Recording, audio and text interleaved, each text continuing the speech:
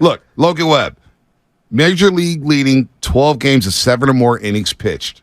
And 3 or fewer runs allowed. And you saw the run support. He's the lowest in the major leagues. They threw up the graphic on NBC Sports Bay Area. 3.24 ERA, 3.24 run support. 3.24 run there support you go. for Logan Webb. Let me get that out of there. As I saw that graphic pop up, and I was like, damn, he really is Matt Cain right now. That is Matt Cain-esque. That is Matt Cain-like. But the Giants now 93 of those games in which Logan Webb pitches at least 7 innings and gives up 3 or fewer runs. So a Bulldog-like performance. And again, Webb Day has to be win day.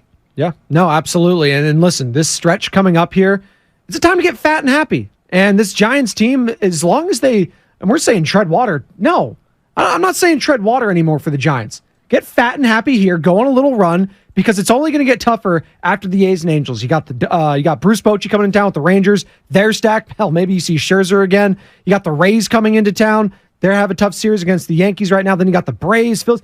It's starting to get exciting.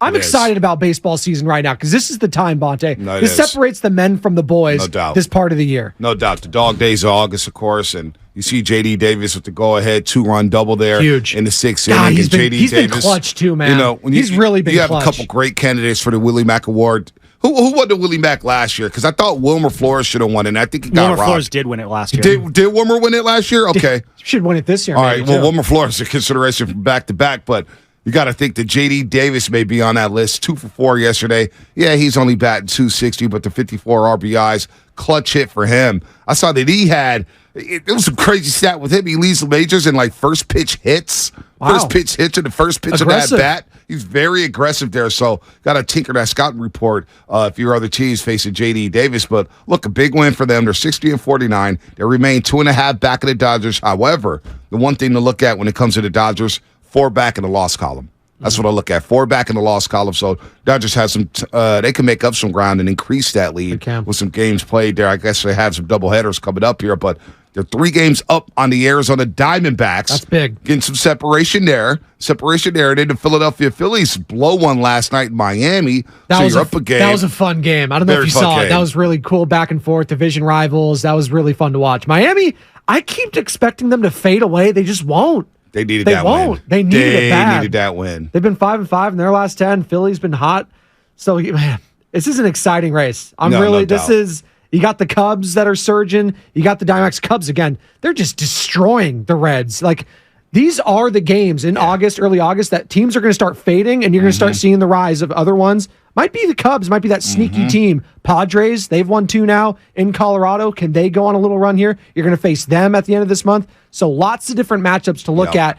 It's not quite scoreboard watching yet, but you're keeping an eye out. You're peeping. Every now and then you're kind of glancing over. You're looking, okay, what's the Dodgers doing? What's the Diamondbacks doing? What's going on there? What's going on with the Brew Crew? The Phillies are losing again. Diamondbacks fading away. And look, this is a big game tonight. Today, I should say. Today, day game here, getaway day. And the Giants get a much-deserved day off after today. Scott Alexander, the opener for today. The opener. And then we'll see how they patchwork this bad boy today against the Diamondbacks. But look, man. The off day will be huge tomorrow for them. They need it. They need this off day. When's the last time they had an off day? Yeah, it's true. It's been a while since before the Pittsburgh series.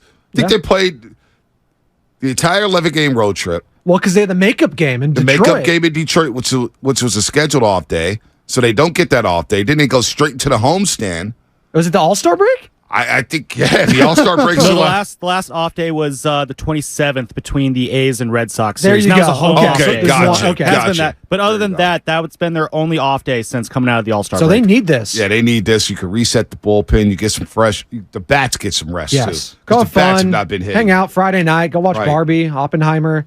Send a text to your teammates, Yeah, you look at the last 6 games they scored.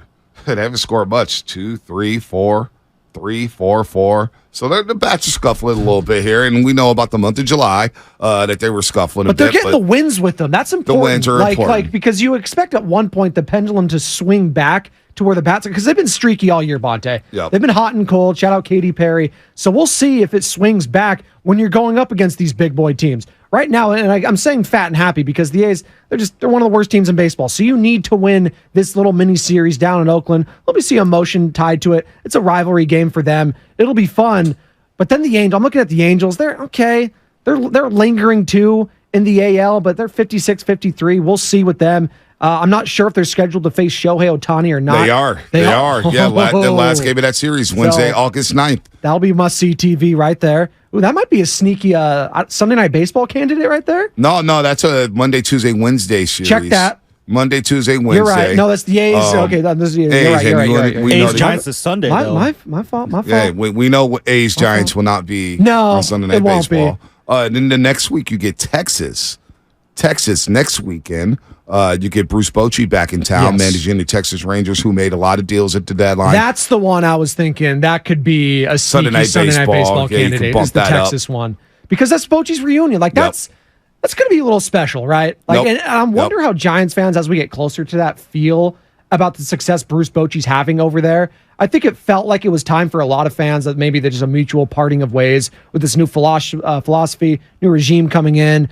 Out with Brian Sabian, Bruce Bochy, all these guys, Bobby Evans, in with Farhan, Gabe Kapler. That's going to be an interesting one to monitor as we move forward here in the month of August. Speaking of Farhan Zaidi, where are you at with Farhan? Part of me, and I said this to Sam when I walked into it, I was like, this is really awesome that the Giants are winning right now. This is great.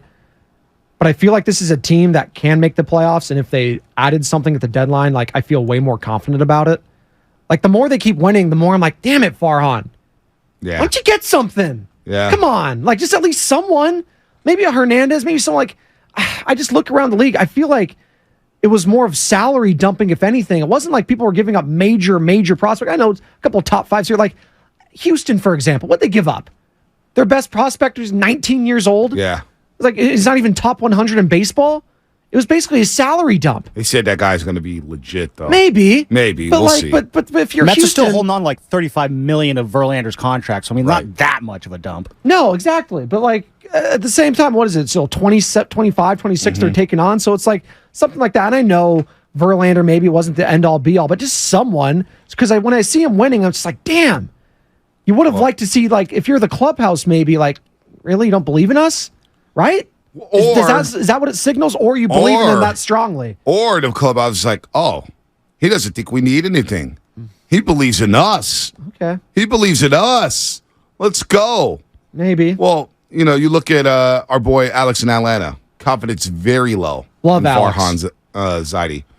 Daryl Archie. What up, Daryl? Out on bargain brand Farhan. Yeah. I think a dude used to buy Safeway Select soda. I love Safeway Select. Shout out, remember back in the day they used to have like the off-brand stuff, Dr. Skipper instead of Dr. Pepper. Yeah, it used to be like 35 cents. Oh yeah, it's the best. Come on, man. But I think a lot of people are feeling like how I'm feeling. It's like, hey man, until we get a big name in here, whether you're trading for them or going into the hot stove, I'm going to be skeptical. Yeah. I think that's just where a lot of fans are right now, and rightfully so. Well, even with these young guys playing well, Bonte, it still feels like the last little piece of the puzzle for Farhan Zaidi's GM tenure, president of baseball operations, whatever you want to say. It feels like it's getting that one big fish, whoever it is, someone. Because the Mitch Hanigers and Confortas, it's fine. It's just that one little piece left of that puzzle that fans are still wanting. And I understand, because listen, what separates you from the A's at this point of the Moneyball era, right? Because what separates is wins. Well, that's fine. Well, no, I'm saying the Moneyball teams that were winning. Yeah. It's the same thing. But what we were promised was, a lot of people were telling me, oh, this isn't going to be the A's. We have a payroll. Well, we're going to get the big guys. The A's would never have a $183 million payroll. Yeah, but that's the problem. Because this is the team that has a $183 million payroll. Right. And I'm liking them to a team that had a $50 million payroll and putting the same exact output. They haven't spent wisely. I get that. But let's put some things in perspective, though. And I can't believe I'm doing this. Patrick Bailey, Farhan. Okay. All right. J.D. Davis, you make the sneaky trade. Darren Ruff for J.D. Davis. Not bad. Okay. You find Lamont Wade Jr., who had a big home run 2 nights ago. It's been, when healthy, a solid giant. Wilmer Flores has been brought over. Yes. Not bad, right? Not bad. You traded for Yastrzemski. Look, you can say what you want about Yastrzemski, but he's been a very serviceable outfielder for this team. Could play multiple positions, right, left, center. He's been solid. You've got some guys here. Now you got Luciano coming up. Now you got Casey Schmidt coming up. He's on the big league team, and I know he's not playing right now. Luis Matos, you helped develop him. He's now up here. You talk about some of the pitchers here. The Rogers brothers. They've been steady in the bullpen. They've been really, really good. Yeah. I thought Rogers was a bum 3 years ago. This guy's one of the best relievers in baseball. Some great acquisitions. It's been some great acquisitions. So considering that they're moving, that they're missing out on all these free agents, they're missing out on all these big stars, and you're still able to be competitive. Yes. Listen. But go ahead. Farhan, the verdict is still out on him. I want to see him bring in some big fish. I don't like this philosophy. I don't like platooning. I don't like the openers or whatnot. But you know what? Considering what they have, I'm going to say, you know what? Farhan at this deadline, he won without doing anything. Well, he didn't make a move just to make a move. I'm just going to be interested to see. And if they do make the playoffs or if they don't, I do think the season would be a disappointment if they don't make the playoffs. But I understand the rationale where you saw a lot of young guys and young improvement. But I'm going to be very interested to see going forward, because the problem with the A's was, and I'm comparing them to them because Farhan's a Billy Beane disciple. He's bringing in this type of philosophy. A Moneyball type of team, platoon type. Oh, I don't like They've it. never won in the playoffs, Monte. Yeah, I don't like Significant. it. I know the Rays have been there. They haven't won But yet. the cream always rises is my thing. You got to lean on the studs. And the thing that separated the Dodgers against the Rays in that World Series, and I get it. You want to compare them. It was a COVID year, whatever. You don't want to give them credit for that. They were stacked. Whatever. They were stacked. And ultimately, the cream rose. The Cody Bellingers, that sort of stuff. And ultimately not leaving Blake Snell. And I don't know what the hell Kevin Cash was thinking there. That was one of the most boneheaded moves in World Series history. But that's what I'm saying.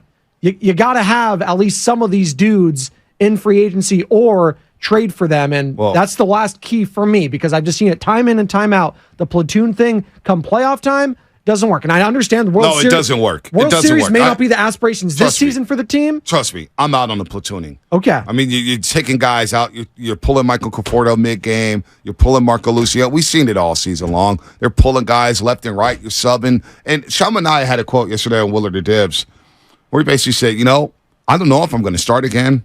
I don't know if I'm coming out the bullpen. I'm just pitching. I really don't know what my role is. And I wonder how many players on that roster, because we've heard Alex Wood complain about it. Yeah. You heard Ryan Walker early on saying, I don't like this opener thing. I don't want to do it. Brebby is still out from opening so much. His lat was shot. I wonder how many players are looking around the league saying, boy, the Giants, hey, am I going to get 4 at-bats in a game? Yeah. Am I going to start if I'm a pitcher coming over? Am I going to open? Am I going to be out the pin? So, no, listen. I don't like the philosophy. I want to line up like the Braves, like the Texas Rangers, like the Astros. I want to know who my 1 through 5, my 1 through 6 is every single day. Yeah. I want guys in that lineup. The Dodgers, Mookie Betts is going to be at the top of the lineup. Will Smith's going to be batting third behind Freddie Freeman. Max Muncy is going to clean up behind him alongside J.D. Davis. That's what I want. Yes. And I know those guys are going to play throughout the game. They can hit righties, they can hit lefties. It does not matter. I hate platooning. But you know what? With this deadline, I'm saying to myself, you know what, Farhan?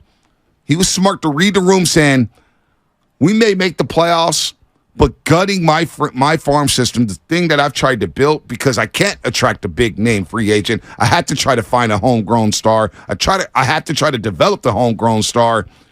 Let me not do anything at the deadline. And you know what? I'm not mad at that. I'm not going to complain about that one. Okay. All right. Well, the more they win, the more it's in the back of my mind. Like, man, you couldn't add someone here.